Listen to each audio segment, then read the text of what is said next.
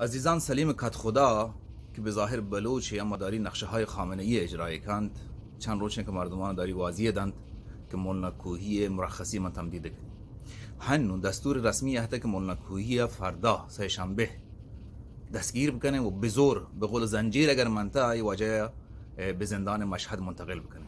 دستوری که محامی داتا، دستوری که دست سرداران سپاه داتا و مچ ولایت مداران و لگوران و مچ حکومت خامنه ای فکرن که واجه دستگیر بکنند با قل و زنجیر.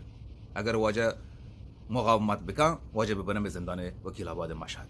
هنو تی وظیفه و منی وظیفه به عنوان یک بلوچی، به عنوان یک فرد غیرتداری، به عنوان یک کسی که مولانا کوهی شمش مچانی حق دفاع کرده، هنو منی تی وظیفه چیه؟ باندا شو نماز صبح بعد یا قبل نماز صبح هر وقت ملت بلوچ تی مسیری که پشامگند تا به طرف چابهار یا به طرف پهرا فرق نکن. ممکنه هر مسیری انکو نرکم هواپیما داری، ممکنه عام مسیر واجه منتقل بکنن، زاهدان هم فرودگاه داری.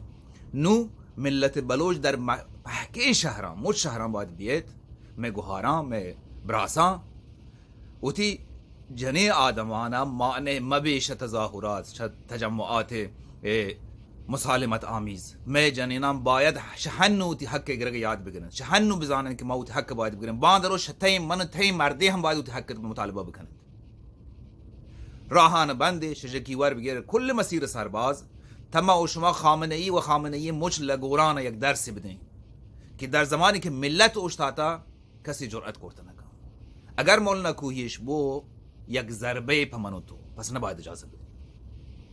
سجنازه مشمر رد بوته واجهش بو خوب یک گپی بلکه توانت مانه بی پس همت بکنی. پیغام همه الان برسینی به مچ مردما که سه شنبه قرار مولانا کوهی گو دستبند و زنجیر برگردینه و ما بلوچان نهلی. ما اشتاته در برابر ای ظلم و ای جنایت.